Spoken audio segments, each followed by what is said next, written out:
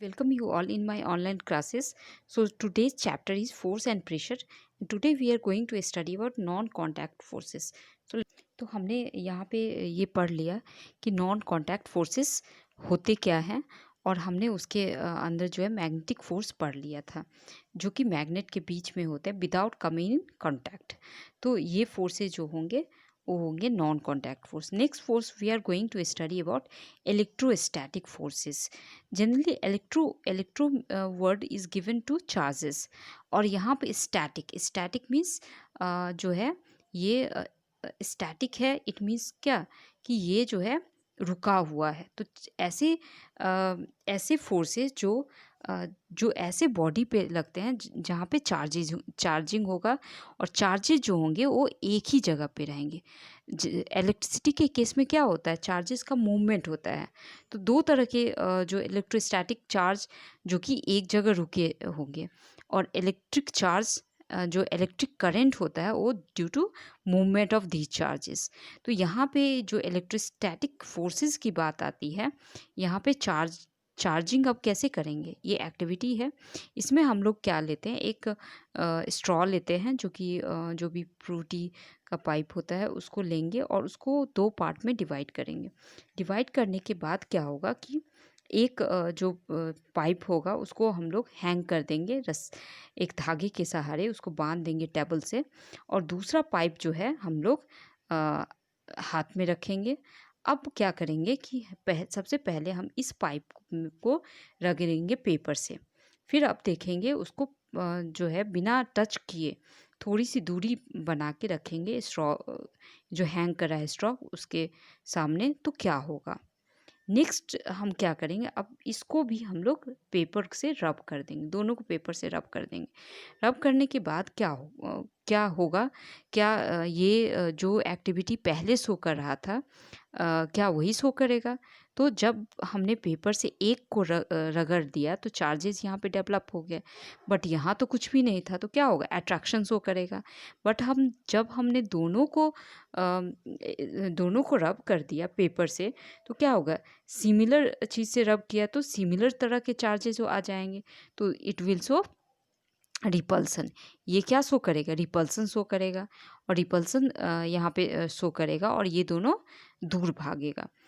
तो यहाँ पे क्या हो गया, जब हमने इसको रब किया पेपर से, तभी यहाँ पे चार्जेस आए, और ये चार्जेस यहीं पे रहा, ये चार्जेस का फ्लो नहीं हुआ, ये चार्जेस यहीं पे स्टैटिक हो गया, यहीं पे रह गया। So this is and force exerted between this charge. पहले केस में क्या था कि ये चार्ज है और ये अनचार्ज है, तो उस केस में भी कुछ जो है एक्शन शो हुआ, अट्रैक्शन शो हुआ। तो ये जो अट्रैक्शन जो शो हुआ तो किसकी वजह से, ये फोर्सेस की वजह से। यहाँ पे फोर्स कौन सा आ रहा है, यहाँ पे इलेक्ट्रोस्टैटिक फोर्स आ रहा है। दूसरे केस में हमने दोनों को चार्ज कर दिया, तो दोनों, इसको भी पेपर से रगड़ दिया और इसको भी पेपर से हमने रगड़ दिया, तो दोनों चार्ज हो गया।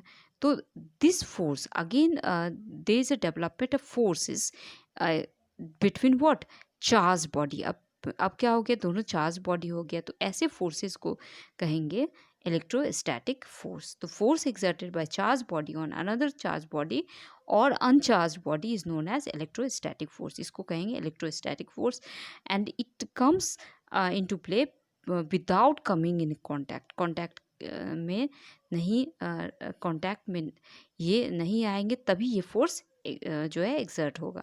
सो these are non contact forces. अब ये जो चार्जेस के बारे में हम लोग पढ़ेंगे, that will study in chapter number 15। सो ज़्यादा हम लोग इसके बारे में बात नहीं करेंगे। Now gravitation force. तो ग्रेविटेशन फोर्स जैसा कि आपने देखा हो कि कोई भी चीज़ जो है, जब आपके हाथ से पेन छूट जाता है या कॉइन छूट जाता है तो नीचे ज़मीन पे गिरता है। जो भी फ्रूट है, लीव्स है, कुछ भी चीज़ें नीचे गिरेंगी, ना कि वो ऊपर जाएंगी।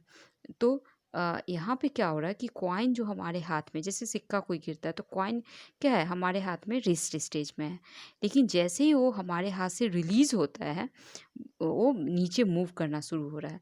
तो क्या हो गया कि पहले वो हाथ में था, रेस्ट में था, लेकिन यहाँ पे क्या हो गया, जैसे ही नीचे गिरा तो उसका motion, state of motion change हो गया। इट मीन्स व्हाट, यहाँ पे फोर्स जो है काम कर रहा है। तो ये कौन से फोर्स काम कर रहा है? ये फोर्स है फोर्स ऑफ ग्रेविटी, और ये होता है due to pull of the earth on the object. Object को खींचने की जो टेंडेंसी होती है, जो फोर्स की वजह से होता है, that is force of gravity, और just we can say gravity कर सकते हैं हम लोग। अब ये जो फोर्सेस है ये अट्रैक्टिव फोर्सेस है, क्योंकि आपने कभी नहीं देखा होगा कि रिपल्सन में क्या होता है, दूरी बनता है जो, लेकिन यहाँ पे क्या हो रहा है कि कोई भी चीज़ फॉल कर रहा है तो अर्थ के पास आ रहा है, तो अट्रैक्टिव फोर्स है। जो डिस्टेंस दोनों के ऑब्जेक्ट के बीच में पड़ रहा है वो कम हो रहा है, फोर्स की वजह से कम हो रहा है। लेकिन यहाँ पे क्या हो रहा है कि अट्रैक्टिव फोर्स यहाँ पे हो रहा है। तो बहुत सारी घटना, जैसे हम लोग नल चलाते हैं तो पानी जो है वो क्या होता है, अ, वो नीचे गिरता है। हर एक चीज़ में ये फोर्स काम करेगा। तो अ, और जो रिवर का वाटर है वो भी नीचे आता है। This is again due to force of gravity. बहुत सारे एग्जाम्पल इसके हो सकते हैं। नाउ ये जो ग्रेविटी है केवल अर्थ ही पे नहीं, ये यूनिवर्स के सभी चीज़ें, चाहे वो छोटी हो बड़ी हो, तो इस तरह के फोर्स एग्जर्ट करेंगे, and this force is called gravitational force. इसको क्या कहेंगे हम लोग कहेंगे ग्रेविटेशनल फोर्स कहेंगे। So next topic is pressure. Now pressure के बारे में हम लोग जो है नेक्स्ट पार्ट में बात करेंगे। So thank you.